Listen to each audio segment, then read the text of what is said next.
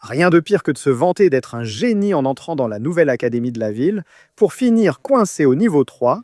Alors que tout le monde progresse, cette histoire commence avec le protagoniste Ao, qui, enfant, était avec sa mère et sa sœur. Ils vont tranquillement à l'école où le petit, bien qu'il soit pleurnichard, est convaincu qu'il les protégera toujours. Mais c'est justement ce jour-là qu'apparaît la première fissure sur Terre, une sorte de portail violet par lequel des créatures géantes ont commencé à apparaître. Et, en même temps, des chiffres sont apparus pour classer le niveau de chaque humain.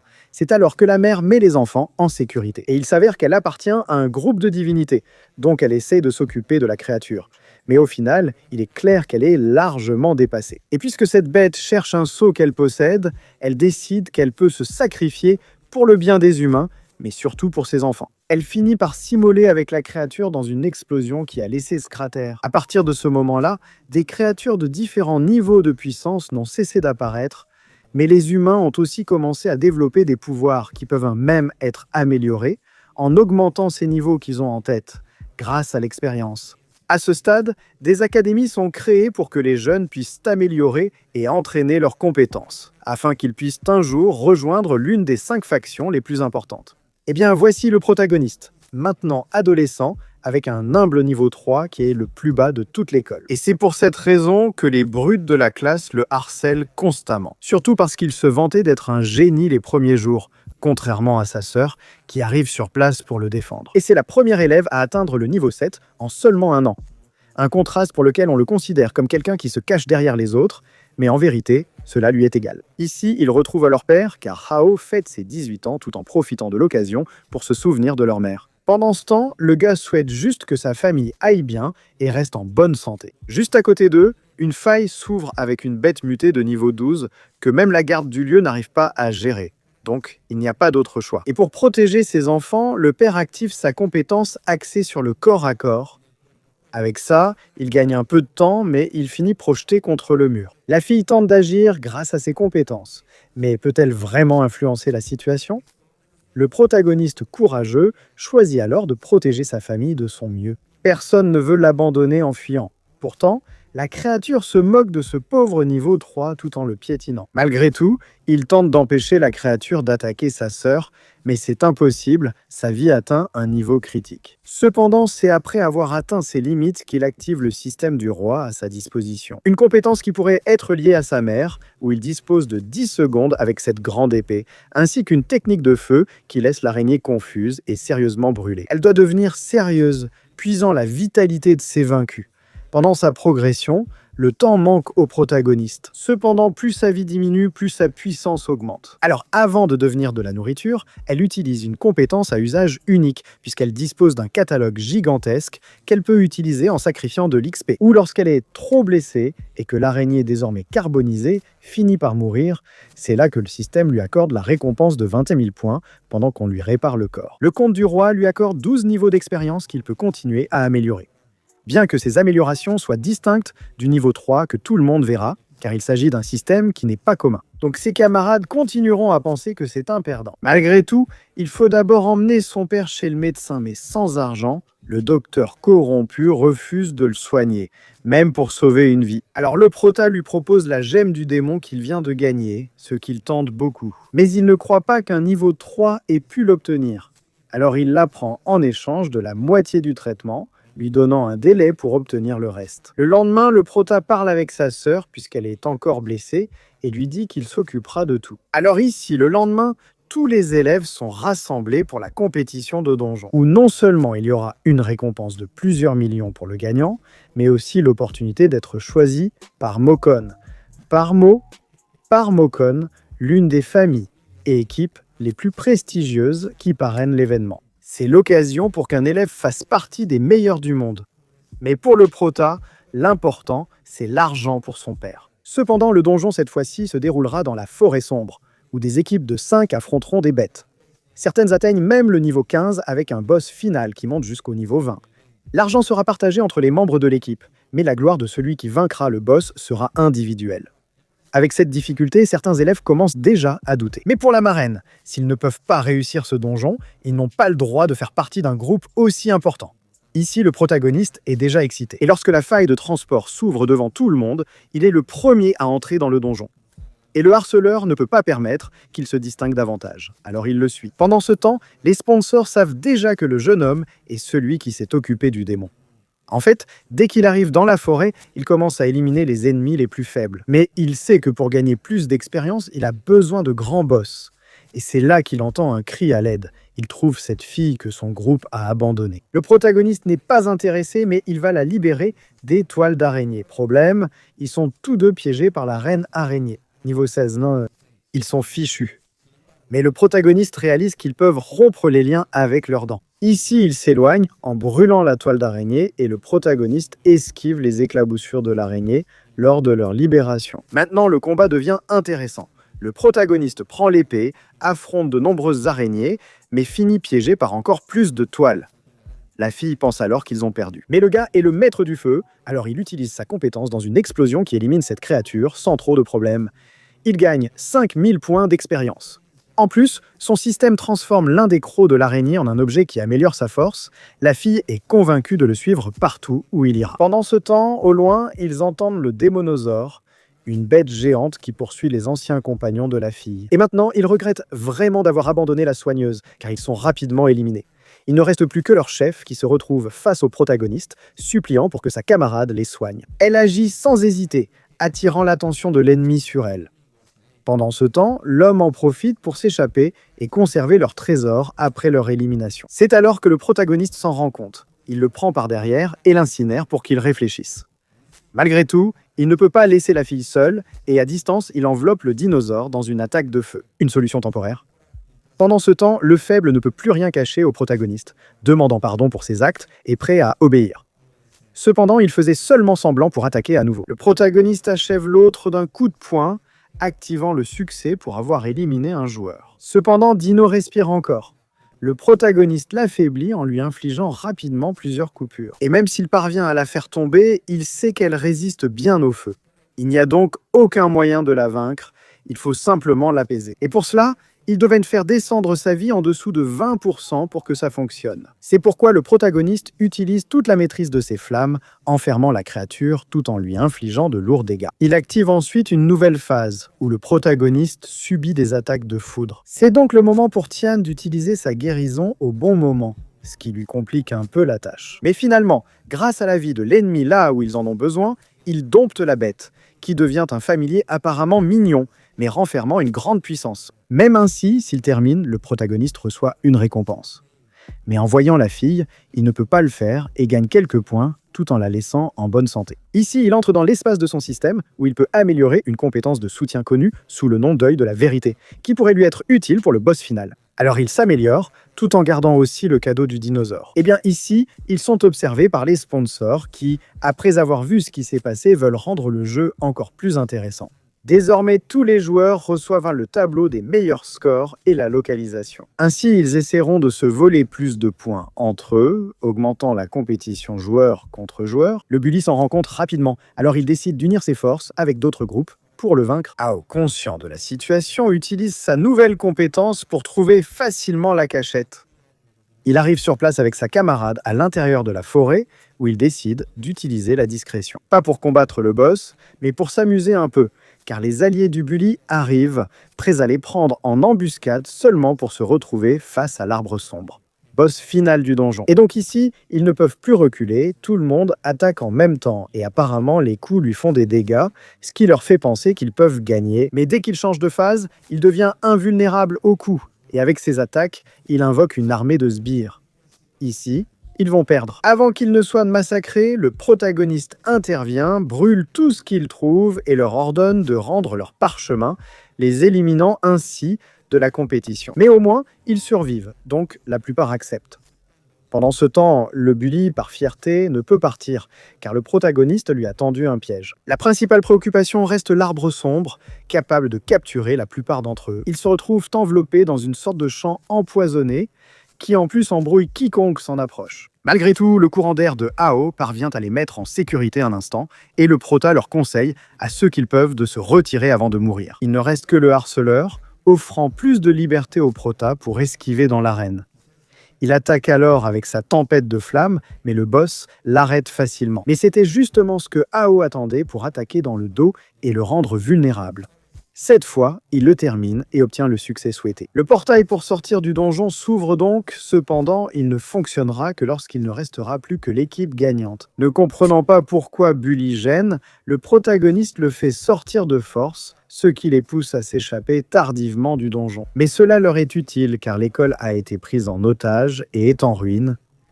Ainsi, discrètement, le protagoniste écoute des gardes cherchant des survivants. Le protagoniste réalise qu'il s'agit d'une équipe de mercenaires, ennemis de la blonde, sponsor de l'événement.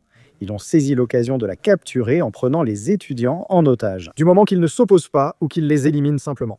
Eh bien ici, justement, Tian est placée avec un groupe, mais elle finit par intéresser le capitaine désagréable de niveau 20 qui commence à la harceler. Pendant ce temps, le harceleur, qui peut être n'importe qui, ne supporte plus cela et avec un peu de courage, se lève pour attaquer le gros. Cela ne change pas grand-chose, cela ne fait qu'emplir le type de rage, puisqu'il a la liberté de tirer et il va les éliminer devant ses camarades. Il ne s'attendait même pas à ce que le protagoniste furtif se faufile et le blesse grièvement dans le dos. Le harceleur a montré du courage. Donc, sans trop de problèmes, le protagoniste le libère et lui remet la dague de très haut niveau pour qu'il termine le travail et gagne de bons points. Le type le fait sans hésiter, donc à la fin, il lui offre cet objet qui a une très grande valeur, parce que Hao respecte les forts et ne garde pas de rancune. Pendant ce temps, Lugo, après cela, promet maintenant d'être loyal envers le protagoniste et de suivre ses ordres. Il lui confie donc la mission de mettre les autres étudiants en sécurité pendant qu'il se rend au gymnase, où il retient en otage les plus coriaces, les sponsors. Cependant, en chemin, il rencontre quelques gardes qui sont facilement éliminés. Juste pour que le sous-commandant apparaisse avec une grande confiance, grâce à son niveau 28, mais il sous-estime quand même son adversaire parce qu'il est étudiant. Car quand il tente de l'éliminer, celui-ci disparaît. Conscient d'avoir affaire à un adversaire habile, il devient plus vigilant et tente de le détruire avec de l'artillerie. Le protagoniste doit attaquer. Cependant, il réalise que l'armure du sous-commandant est totalement immunisée aux dégâts et qu'il possède des canons provoquant à chaque tir une explosion inévitable. Actuellement, il ne peut survivre. Mais dans le système, il utilise toute son expérience pour charger un point de compétence spécial en défense. À méditer, mais faute de temps, il agit simplement. Tandis que tous les tirs le visent, certains boucliers le protègent. Le commandant croit en avoir fini avec lui, mais même vivant, il sait qu'il ne tiendra pas longtemps. Il ne s'attendait pas à la compétence de combustion spontanée de la dernière amélioration. Quand le protagoniste la touche, il ne lui inflige aucun dégât, mais provoque un effet passif qui fait fondre cette armure hors de prix. Maintenant, quand le type est tenu, le protagoniste l'achève à coups de poing, même s'il voulait juste savoir où étaient les sponsors. Le type lui remet une clé pour un trésor contenant des reliques, des clés de donjon, des larmes de méduse et des cristaux de démons qu'il peut facilement transformer en expérience. Il remarque qu'il peut désormais débloquer un autre compte, différent de celui qu'il possède en tant que roi. Il a maintenant accès à l'ingénieur fou, un personnage qui a réellement existé et qui, avec ses inventions, a atteint ses limites, détruisant son propre monde. Pour le prota, cela semble intéressant et il tente l'expérience, obtenant ce petit familier fidèle au grand ingénieur fou. Il peut transformer les objets de son inventaire en reliques bien meilleures. Donc, il ne s'intéresse pas pour l'instant à la capacité de ce compte à détruire le monde. Mais la création d'objets est assez utile, et il lui laisse la majorité des armes et objets obtenus pour qu'il commence à travailler. Pendant qu'il quitte le système pour se rendre à la salle de sport, où il voit que les gardes du corps de la marraine ont été transformés en pierre. Pendant ce temps, un homme au 2e étage lui dit qu'il a eu du mal à organiser la rencontre. Elle doit accepter ses conditions, car il n'y a aucun autre moyen de la sauver, et surtout pas à cause de la pétrification réversible uniquement par un objet, les larmes de méduse que possède justement le protagoniste dans son butin. Alors ici, le type lui propose de la faire devenir la chef suprême du groupe Hanmo, l'un des 5 grands du monde, si elle lui donne les plans utiles à sa famille. Mais cette femme reste peu intéressée et ne veut pas se vendre. Pendant ce temps, l'alarme ne décongèle apparemment pas les gardes pour le protagoniste. Il doute de bien l'utiliser. Pendant ce temps, la fille affirme qu'elle deviendra chef du groupe Hanmo par ses propres mérites. Cela pousse le type à vouloir en finir avec elle, tandis qu'elle accepte son sort. Le protagoniste doit s'interposer avec ses boucliers, qui repoussent l'albinos. Alors qu'il met la fille en sécurité, elle est surprise de le voir. Le protagoniste en profite pour réclamer une récompense plus élevée s'il la sauve. Elle accepte pratiquement avec un visage heureux, puis elle se retourne pour utiliser sa tempête de flammes. Mais cela n'affecte pas du tout l'adversaire, car c'est ici que commence l'affrontement à l'épée. Le type a l'impression d'avoir perdu sa finesse, car un niveau 3 lui pose autant de problèmes. Même ainsi, alors qu'il ne reste qu'une seule goutte de vie au protagoniste, il perd 20% de sa vie à chaque coup. La marraine lui conseille d'abandonner, mais il refuse car un combat ne se limite pas à la force brute. Et il a ses nouveaux objets, comme cet explosif collant qui laisse un effet passif qui lui enlève de la vie petit à petit. Malgré tout, à chaque coup de l'albinos, il doit fournir trop d'efforts, alors il commence à combiner ses reliques qu'il a améliorées, obligeant le type à prendre ses distances. C'est justement l'occasion de l'attaquer par derrière. Cela laisse le commandant très blessé, mais le prota l'est encore plus. Et c'est là qu'il voit la différence de hiérarchie. Quand le type a un objet hors de prix qui le soigne instantanément, et une injection qui accroît sa brutalité et sa rage, mais le type sait aussi et a honte qu'un niveau 3 le force à utiliser ses reliques coûteuses. À ce stade, le protagoniste n'a plus rien, ni tour, ni énergie. Pourtant, alors qu'il va mourir, les larmes de Méduse agissent enfin. Et un peu tard, mais les gardes du corps apparaissent pour terminer le travail qu'a commencé Hao. Ce qu'il vient de faire est tout simplement épique. Tout le monde le respecte, mais tout ce qui l'intéresse, c'est d'être payé pour ce qu'on lui a promis. Pour son père. La fille lui dit qu'elle peut aussi lui offrir une place dans la famille. Pendant qu'il termine le travail et gagne les points du commandant, il pourrait recevoir la proposition de sa vie, une meilleure position pour sa famille, vivre dans la meilleure zone avec une hiérarchie impressionnante. Même si le protagoniste ne veut pas être subordonné, c'est une décision à envisager avec l'une des familles majeures de la ville. Mais lui seul détient la clé pour réussir. Donc la décision est assez difficile. Alors nous continuons ici. Et le doute du protagoniste se dissipe lorsqu'il apprend que cette famille possède l'hôpital où se trouve son père. Il est donc envoyé dans l'un des services VIP, où le vieil homme lui demande d'où il a sorti l'argent, pendant qu'entre dans la salle le médecin qui a même été remplacé par rapport à l'arrogant d'avant. Ici, il leur dit que le protagoniste possède maintenant la Black Card, avec laquelle tous les soins dont son père aura besoin à partir de maintenant seront pris en charge. Ici, ils envoient que les infirmières chercher l'antidote de niveau maximal. Cependant, à l'instant, celui-ci et de nombreux autres médicaments importants ont été volés du coffre, alors le protagoniste essaie ici de changer de compte. En tant qu'ingénieur, il découvre que son niveau reste insuffisant pour créer de tels médicaments. Il s'inquiète car les antidotes de base ne guériront pas son père, mais le docteur lui dit qu'il peut agir s'il obtient ce qu'il faut. Certains de ces voleurs essaient de vendre sur le marché noir. Alors le protagoniste, avec sa sœur, donne rendez-vous à l'un de ces vendeurs. Et pendant qu'ils arrivent, la fille lui dit qu'elle se sent maintenant comme à l'époque où Hao l'a protégée. Car ici, ils ne trouvent aucun vendeur, seulement une boîte suspecte que la sœur n'hésite pas à ouvrir, libérant ce qui semble être un explosif avec un gaz qui finit par les piéger. Ici, le protagoniste découvre rapidement dans son système un poison qui draine leur vie et empêche toute utilisation de compétences par interférence. C'est alors qu'une voix familière apparaît, disant que ce piège a été conçu exclusivement pour le protagoniste.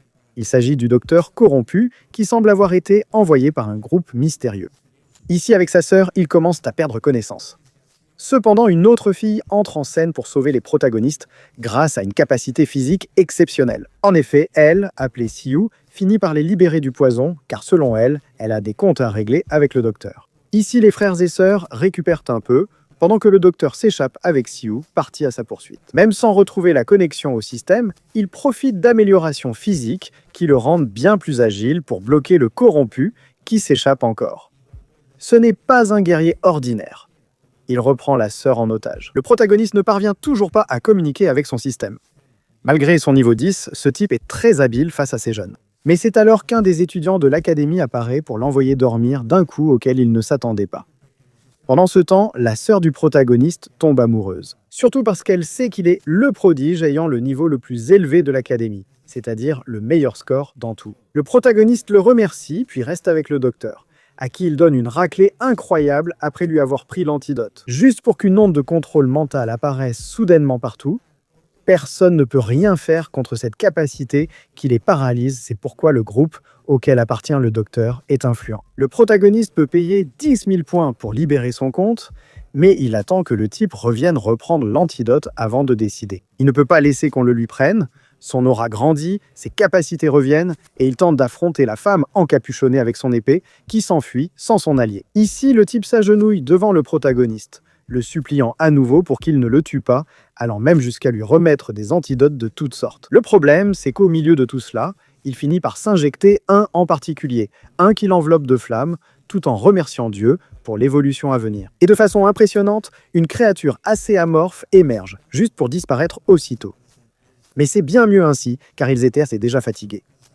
Ici, les choses se calment. Le protagoniste envoie enfin sa sœur à la maison, restant seul avec Xiu, qui lui dit qu'elle est sa sœur, envoyée par la famille Hanmo, puisqu'il est maintenant un membre important pour la blonde. Même si cet étudiant mystérieux qui les a aidés n'est pas dans l'équipe. Pourtant, le protagoniste, en tant que membre de la famille, est convié à l'une des ventes aux enchères les plus exclusives où les millionnaires achètent des reliques précieuses. Ici, on voit rapidement qu'un type ne se contente pas d'enchérir sur tous les objets présentés, mais qu'il paie tout ce qu'il faut. En passant au compte d'ingénieur et d'après les détails vestimentaires, il s'agit du même étudiant prodige qui les a aidés. Donc, étant si jeune, il doit cacher quelque chose. Ici, le protagoniste se rend compte que le membre de la famille peut analyser les objets mis aux enchères et voir si cela vaut le coup pour lui, en fonction de leur rareté. Ou alors, il pourra simplement les fabriquer lui-même à un moment donné. Il commence vraiment à montrer des objets très impressionnants, mais le robot sait lesquels ont un guide de fabrication facile. Le problème est que le jeune achète sans regarder le prix, alors que le protagoniste apprécie aussi certains objets. Mais en ce moment, il est plus pauvre que tout le monde, même s'il a la bourse de la famille Hanmo à sa disposition. Et c'est justement ici qu'il montre des plans d'un niveau épique. Pour seulement 2 millions, tout le public se rend compte que pour une telle rareté, c'est vraiment trop bon marché. Cependant, en voyant la catégorie, ils commencent à le mépriser, car c'est un objet destiné aux ingénieurs de niveau 10 minimum, quelque chose que seuls quelques ingénieurs peuvent utiliser. Personne n'améliore ses statistiques à ce niveau, ainsi suivant le conseil de son familier, le protagoniste décide de le garder à bon prix, tandis que les autres se moquent de lui. Parce que l'objet a un grand potentiel puisqu'il s'agit de quelque chose appelé le cœur d'acier. Mais avec ses exigences, il ne servira que de décoration. Le prota les laisse parler, car ici, après avoir gaspillé de l'argent, arrive le dernier objet et le plus attendu. Une potion qu'il est impossible de créer, car son effet est de ressusciter une personne. Évidemment, cela a un prix de départ de 100 millions, ce qui fait que tout le monde commence à enchérir. Même si la relique a pour effet secondaire que l'âme de la personne revient, mais remplie de fureur, les prix commencent à ne plus avoir d'importance pour ces millionnaires. Mais c'est encore le jeune homme qui remporte la vente aux enchères en offrant 300 millions. Ici, tout le monde repart surpris par ce qu'ils viennent de voir. Et c'est André qui s'approche du protagoniste pour le saluer, tandis que Ao le félicite pour la potion de résurrection. Le gars ignore si ça marche, mais le fait de l'avoir fait paraître puissant aux yeux des autres. Ensuite, la suite de la vente aux enchères ne l'intéressait plus. Il offre la cape de vol au protagoniste et lui dit qu'il peut la considérer comme sa façon de se présenter, car il trouve sa sœur très jolie.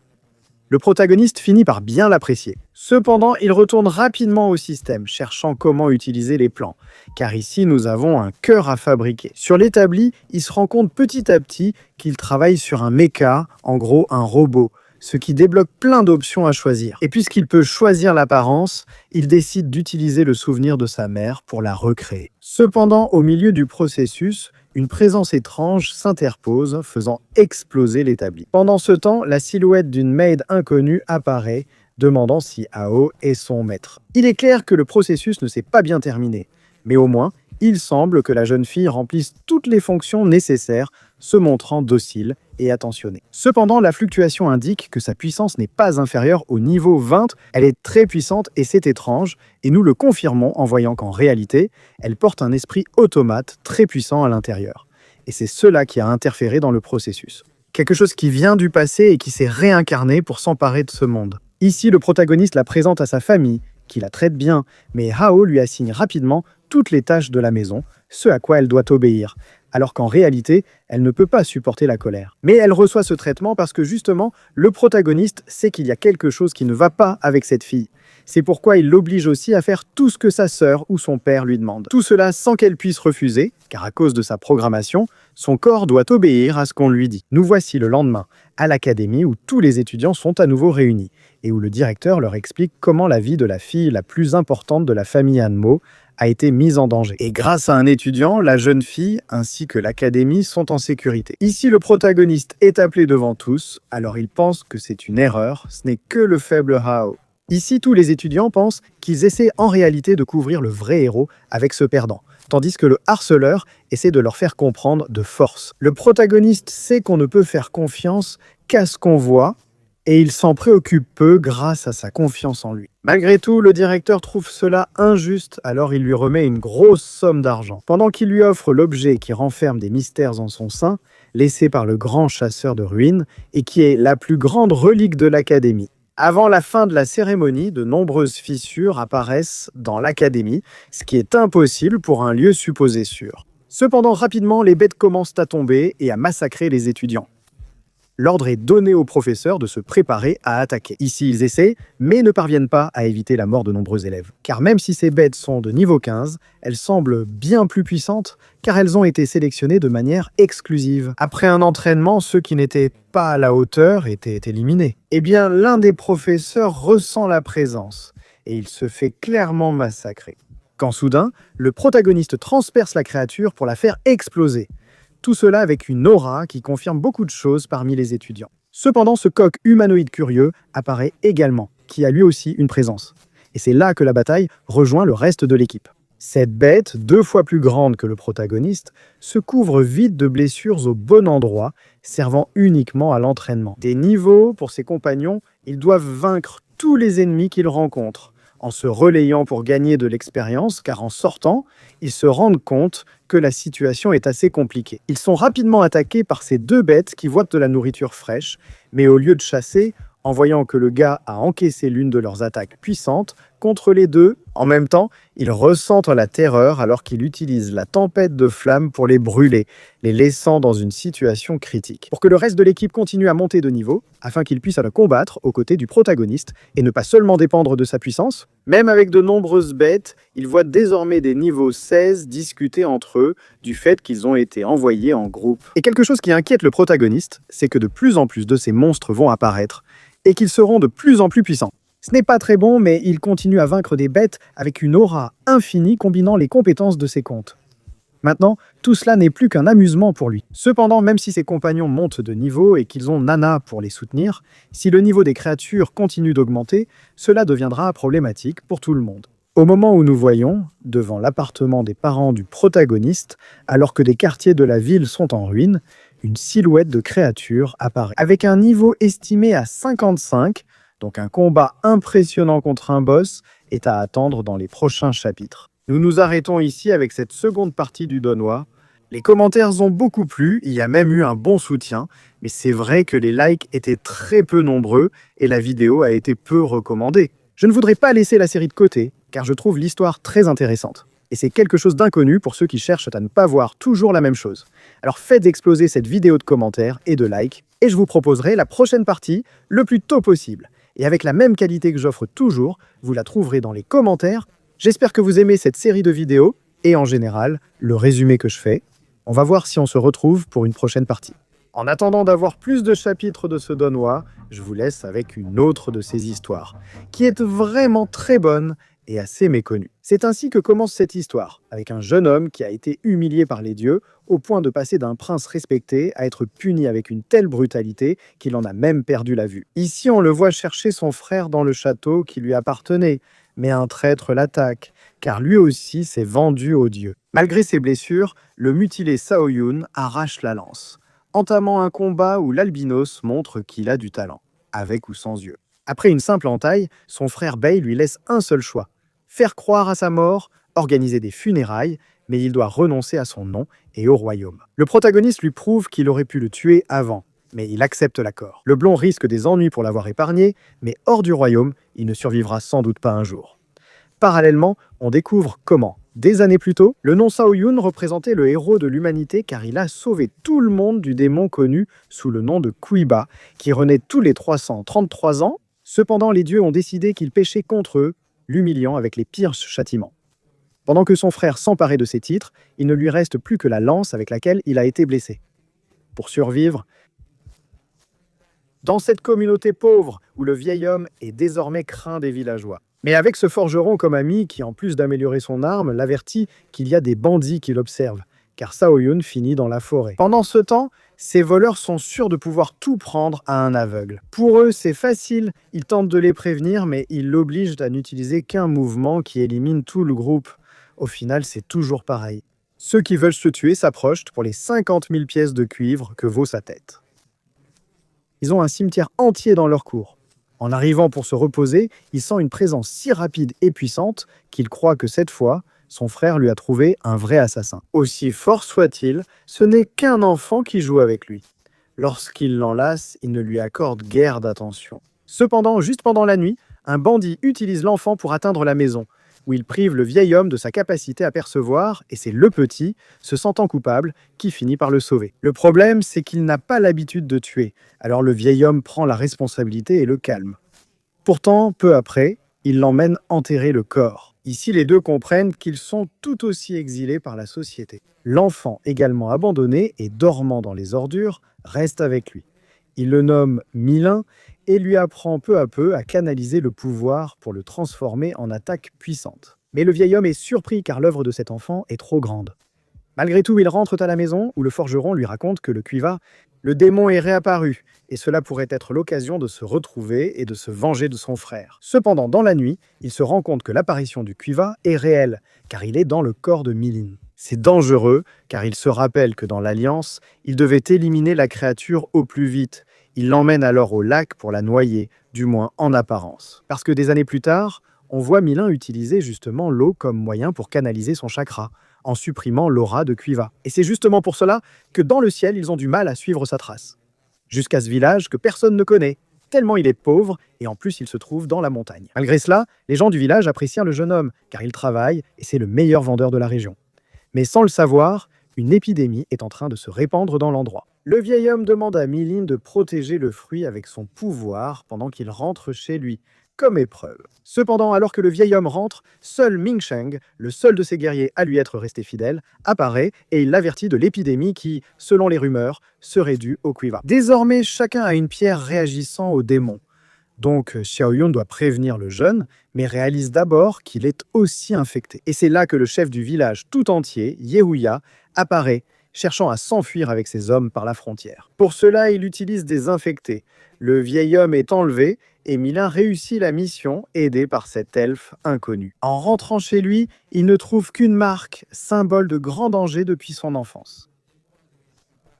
Il part à la recherche de sa seule famille, les retrouvant sur un pont où Yehuya précise qu'ils doivent s'enfuir, au cas où les dieux lanceraient une vague d'extermination qui les effacerait tous. Le protagoniste veut seulement sauver le vieil homme, défie le chef en duel et se bat, tandis que le vieil homme s'énerve à cause de son petit-fils. Cependant, son chevalier lui rappelle qu'il ne doit pas s'énerver, d'autant plus qu'ils sont en train de préparer leur vengeance et de récupérer tout ce qu'on leur a pris. Pendant ce temps, le protagoniste semble être en désavantage face à ce fouet modifié, et il doit en plus éviter que le fruit de son maître ne soit endommagé. Il comprend que pour gagner, il ne lui faut pas seulement de la puissance, mais aussi savoir clairement ce qu'il veut. Protéger. Il arrête la dague à main nue, et avec celle-ci, il envoie une quantité d'énergie qui projette son adversaire contre un rocher. Ici, l'albinos accepte la défaite, et selon la loi, remet son peuple et sa forteresse. Mais le type ne pense qu'aux gens. Son maître le félicite pour avoir réussi l'épreuve, une force désormais respectée par tous. Ici, plusieurs jours passent, pendant que nous voyons Jen, la technologie. Obsédé par l'idée d'éliminer Quiba, en fait, il connaît toute son anatomie. Pourtant, il est frustré, car malgré tant de guerres, les humains n'ont jamais pu se défendre contre le démon. Il cherche donc à atteindre la limite pour obtenir une arme. Pourtant, il est étrange qu'aucun infecté ne soit présent, ni dans la zone, ni autour de ce type. Donc, pour le forgeron, ce type a dû trouver un remède, qui pourrait être parfait. Pour Xiaojun, ce type traîne des rumeurs. À l'entrée de sa grotte, on entendrait les plaintes d'enfants utilisées dans ses expériences. C'est pourquoi le vieil homme conseille au chevalier d'empêcher Milin de prendre ce risque. Pour tenter, cet homme, peu favorable au protagoniste, le laisse partir, qui arrive alors dans une grotte surveillée. Plein de pièges à éviter grâce à sa grande vitesse, mais ils sont si nombreux, il pense qu'il va mourir jusqu'à ce que sa machine indique la grotte proche. Il n'arrive pas à croire que la créature recherchée depuis 10 ans soit si proche, mais il détruit tout sur son passage jusqu'à son laboratoire, où il lui demande de sauver son père. L'homme est surpris qu'il paraisse humain et soit influençable, cherchant juste à aider sa famille. Il le fait asseoir, prend du sang et confirme que c'est la grotte. Prétextant lui donner l'antidote, il commence à le préparer, mais le protagoniste s'en aperçoit. Réaliste, même en pleurant, le vieux le trompe, l'installe sur la chaise, abaissant ses défenses pour l'anéantir. Avec ce réacteur, heureusement, Yehu est déjà dehors avec des canons prouvant sa loyauté envers le protagoniste. Mais le vieux sait que ce bandit ordinaire finira un jour par devenir le démon destructeur que tout le monde connaît. Donc s'ils doivent se sacrifier pour atteindre leur objectif, il fera tout exploser. Cependant, Millie a d'autres plans. Il essaie de sauver le gars, l'amenant même jusqu'à l'entrée, lui demandant de sauver sa seule famille et restant enseveli. Cela pousse le vieux à se rappeler comment il a commencé à fabriquer des armes pour protéger sa famille. Son obsession l'a poussé à négliger sa fille, qui, après une chute, a été gravement blessée, ce qui a renforcé sa rage de tuer le démon. Mais maintenant, après avoir accompli sa mission, il se sent encore plus vide. Car les livres n'ont jamais dit que la grotte avait une personnalité aussi humaine, ou même une famille. Alors il finit à genoux, pendant que Yehuya l'emmène pour qu'il accomplisse son travail. Cependant, des décombres apparaît Milin, qui a pris encore plus de risques pour sauver le corps robotique de la fille. Ce geste pousse enfin le vieil homme à baisser la tête pour la première fois et à devenir un allié. Mais en revenant au village, le protagoniste remarque une inconnue qui l'a charmé, tandis que le vieil homme se remet de la maladie. Tout cela grâce à Gênes qui répand l'antidote dans la région. Mais il a aussi compris que ce n'était pas dû à la grotte. Ce virus a été créé par l'homme et les villages de la montagne doivent s'allier, car une guerre pour le contrôle de la région commence ici, gagnant des alliés au passage. Et pendant ce temps, Yehuya devient chef des troupes, se montrant très calculateur, attaquant de nuit et profitant du terrain à son avantage. Pendant ce temps, le protagoniste ne retrouve toujours pas la fille recherchée, ce qui cause de nombreux problèmes. Un jour, il choisit une fille qui attire son attention et dit que c'est elle qu'il cherchait tant. Et même s'il la met en sécurité et lui donne à manger, elle est désespérée de s'échapper. Milin lui assure que rien ne se passera sans son accord et tente d'empêcher ces hommes de prendre d'autres femmes. Après une semaine, il dira qu'elle ne lui plaît plus et elle pourra partir sans souci. Cependant, en quelques jours, la fille commence à voir le protagoniste autrement, surtout le jour de la foire, où pour lui offrir un œuf en cadeau, le gars affronte deux géants dans un concours pour voir qui peut soulever le plus de poids. Au début, le protagoniste semble très petit, mais il possède une endurance remarquable. Malgré tout, la fille s'inquiète, mais le protagoniste maîtrise la situation, ce qui l'impressionne. Elle découvre qu'on prépare déjà leur mariage, pensant que c'est un plan du protagoniste. Mais le vieil homme affirme que les villageois sont sérieux. Doit-il prendre la fille au sérieux ou y renoncer ? La fille arrive prête en robe, un homme encapuchonné tente soudain d'enlever la mariée. L'inquiétude règne, mais le protagoniste la ramène chez elle. Non sans lui montrer un paysage où elle ressent pour la première fois la confiance envers cet homme, et quelque chose change pour elle. Alors il prend le bateau, avance un peu, et soudain il se retrouve transporté au pays des dieux, où il s'avère qu'en effet, il l'est vraiment. La fille, déguisée, cherchait le protagoniste aux cheveux bleus, envoyé pour retrouver le cuivre. Après tout, elle doute, tandis que le protagoniste est triste, car le vieil homme ne voit pas ce qu'ils ont vécu. Alors il entend parler d'un tournoi où le grand prix est un objet connu, comme l'œil de cristal. Sa fonction principale est de retrouver le cuivre, mais il rend aussi la vue aux aveugles. Tout cela lors d'un événement organisé justement par le Trade Bay. Mais ici, le protagoniste arrive au Colisée, où, lors du contrôle, ils essaient de l'accuser d'avoir volé l'invitation, car les gens ordinaires ne peuvent pas être ici. Cependant, il est sauvé par le guerrier avec qui il s'entraînait, qui lui explique que n'importe qui ne peut pas accéder au tournoi. En effet, le gagnant pourra aussi devenir chef de l'Alliance contre Cuiva. Le protagoniste hésite, mais il a clairement la force pour participer.